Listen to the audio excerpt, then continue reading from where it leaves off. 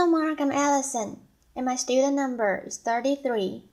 Today I'm going to read a speech, How We Can Eat Our Landscapes, given by Pam Warhurst, and I'm sophomore.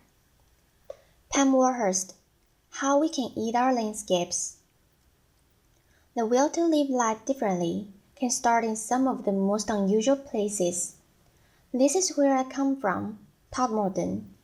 It's a market town in the north of England.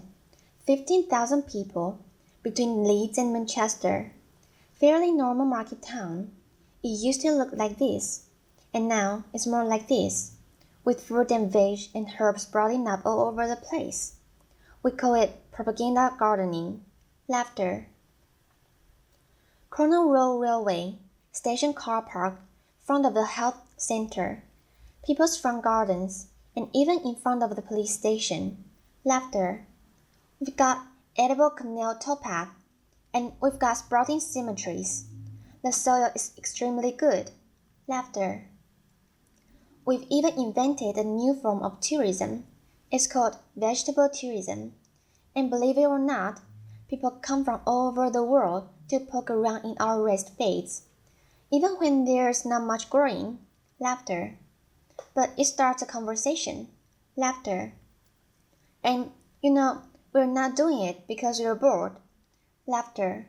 We're doing it because we want to start a revolution. We try to answer this simple question. Can you find a unifying language that cuts across age and income and culture that will help people themselves find a new way of living? See spaces around them differently. Think about the resources they use differently, interact differently. Can we find that language? And then, can we replicate those actions? And the answer would appear to be yes, and the language would appear to be food.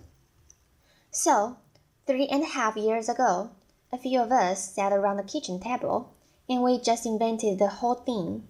Laughter. Applause. We came up with a really simple game plan, that we put to a public meeting. We did not consult. We did not write a report. Enough of that. Laughter. And we said to that public meeting in Todmorden, look, let's imagine that our town is focused around 3 plates. A community plate, the way we live our everyday lives. A learning plate, what we teach our kids in school, and what new skills we share amongst ourselves. In business, what we do with the pound in our pocket and which businesses we choose to support. Now, let's imagine those plates agitated with community actions around food. If we start one of those community plates spinning, that's really great. That really starts to empower people. But if we can then spin that community plate with the learning plate, and then spin it with the business plate, we've got a real show there. We've got some action theater. We're starting to build resilience ourselves. We're starting to reinvent community ourselves. And we've done it all without a flipping strategy document. Applause. And here's the thing as well. We've not asked anybody's permission to do this. We're just doing it. Laughter. And we are certainly not waiting for that check to drop through the letterbox before we start. And most importantly of all, we are not daunted by the sophisticated arguments that say, these small actions are meaningless in the face of tomorrow's problems. Because I have seen the power of small actions, and it is awesome. So, back to the public meeting. Laughter. We put that proposition to the meeting. 2 seconds, and then the room exploded. I have never ever experienced anything like that in my life. And it's been the same in every single room, in every time that we've ever told our story. People are ready and respond to the story of food. They want positive actions they can engage in, and in their bones, they know it's time to take personal responsibility and invest in more kindness to each other and to the environment. And since we had that meeting 3.5 years ago, it's been a heck of a roller coaster. We started with a seed swap, really simple stuff. And then we took an area of land, a strip on the side of our main road, which was a dog toilet, basically, and we turned it into a really lovely herb garden. We took the corner of the car park in a station like you saw, and we made vegetable beds for everybody to share and pick from themselves. We went to the doctors. We've just had a £6 million health center built in Todmorden, and for some reason that I cannot comprehend, it has been surrounded by prickly plants. Laughter. So we went to the doctor, said, "Would you mind us taking them up?" They said, "Absolutely fine, provided you get planning permission, and you do it in Latin, and you do it in triplicate." So we did. Laughter. And now there are fruit trees and bushes and herbs and vegetables around that doctor's surgery. And there's been lots of other examples, like the corn that was in front of the police station, and the old people's home that we planted it with food that they can pick and grow.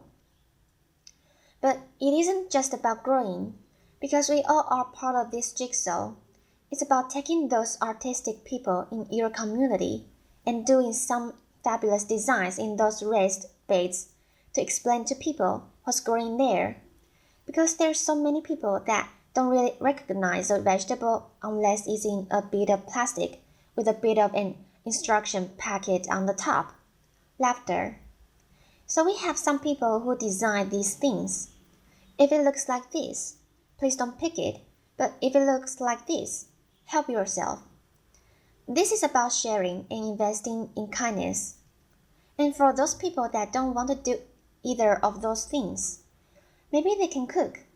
So we pick them seasonally and then we go on the street, or in the pub, or in the church, or where the people are living their lives. This is about us going to the people and saying, we are all part of the local food jigsaw. We are all part of a solution. And then, because we know we've got vegetable tourists, and we love them to bits and they're absolutely fantastic, we thought, what could we do to give them an even better experience? So we invented, without asking, of course, the incredible edible green route. And this is a route of exhibition gardens, an edible towpath, and bee-friendly sites, and a story of pollinators.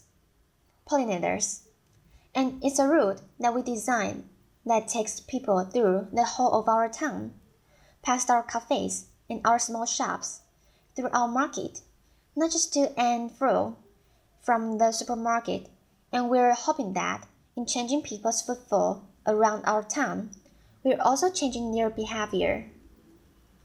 And then there's the second plate, the learning plate. Well, we're in partnership with the high school. We've created a company. We are designing and building an aquaponics unit in some land that was spared at the back of the high school, like you do. And now we're going to be growing fish and vegetables in an orchard with bees. And the kids are helping us build that. And the kids are on the board. And because the community was really keen on working with the high school is now teaching agriculture. And because it's teaching agriculture, we started to think, how could we then get those kids that never had a qualification before in their lives, but are really excited about growing? How can we give them some more experience? So we got some land that was donated by a local garden center. It was really quite muddy, but in a truly incredible way, totally voluntary led.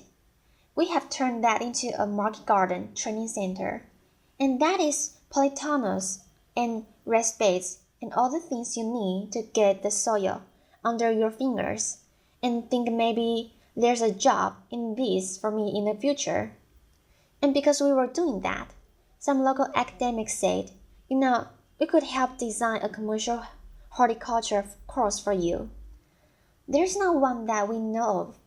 So they're doing that, and we're going to launch it later this year. And it's all an experiment, and it's all voluntary.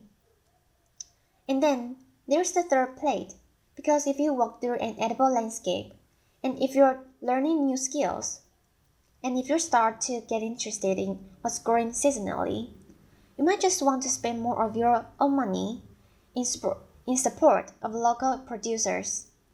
Not just veg, but meat and cheese and beer and whatever else it might be. But then, we're just a community group, We're just all volunteers. What could we actually do? So we did some really simple things. We fundraised. We got some backboards. We put incredible edible. On the top, we gave it every market trader that was selling locally, and they scribbled on what they were selling in any one week. Really popular. People congregated around it. Sales were up. And then we had a chat with the farmers, and we said, we're really serious about this, but they didn't actually believe us. So we thought, okay, what should we do? I know. If we can create a campaign around one product and show them there's local loyalty to that product, maybe they'll change their mind and see we're serious. So we launched a campaign, because it just amuses me, called Every Egg Matters, Laughter. And what we did was we put people on our egg map. It's a stylized map of Todmorden. Anybody that's selling their excess eggs at the garden gate perfectly legally to their neighbors, we've stuck on there. We started with 4, and we've now got 64 on. And the result of that was that people were then going into shops asking for a local Todmorden egg. And the result of that was some farmers upped the amount of flocks they got of free-range birds. And then they went on to meat birds. And although these are really, really small steps, that increasing local economic confidence is starting to play out in a number of ways. And we now have farmers doing cheese, and they've upped their flocks and rare breed pigs. They're doing pasties and pies and things that they would have never done before. We've got increasing market stalls selling local food. And in a survey that local students did for us, 49% of all food traders in that town said that their bottom line had increased because of what we were actually doing. And we're just volunteers, and it's only an experiment. Laughter. Now, none of this is rocket science. It certainly is not clever, and it's not original, but it is joined up, and it is inclusive. This is not a movement for those people that are going to sort themselves out anyway. This is a movement for everyone. We have a motto. If you eat, you're in. Laughter. Applause. Across age, across income, across culture, it's been really quite a roller coaster experience. But going back to that first question that we asked, is it replicable? Yeah, it most certainly is replicable. More than 30 towns in England now are spinning the incredible edible plate. Whichever way they want to do it, of their own volition. They're trying to make their own lives differently and worldwide. We've got communities across America and Japan. It's incredible, isn't it? I mean, America and Japan and New Zealand. People after the earthquake in New Zealand visited us in order to incorporate some of this public spiritedness around local growing into the heart of Christchurch. And none of this takes more money, and none of this demands a bureaucracy. But it does demand that you think things differently, and you are prepared to bend budgets and work programs in order to create that supportive framework that communities can bounce off. And there are some great ideas already in our patch. Our local authority has decided to make everywhere incredible edible, and in support of that have decided to do 2 things. First, they're going to create an asset register of spare land that they've got, put it in a food bank so that communities can use that wherever they live. and they're going to underpin that with a license. And then they've said to every single one of their workforce, if you can, help those communities grow and help them to maintain their spaces. Suddenly, we're seeing actions on the ground from local government. We're seeing this mainstreamed. We are responding creatively at last to what Rio demanded of us. And there's lots more you could do. Just to list a few. 1.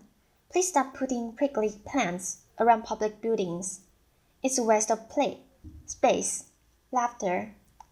Secondly, please create edible landscapes so that our children start to walk past their food day in, day out, on our high streets, in our parks, wherever that might be.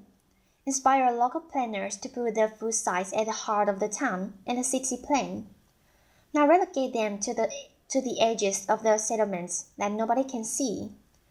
Encourage all our schools to take this seriously.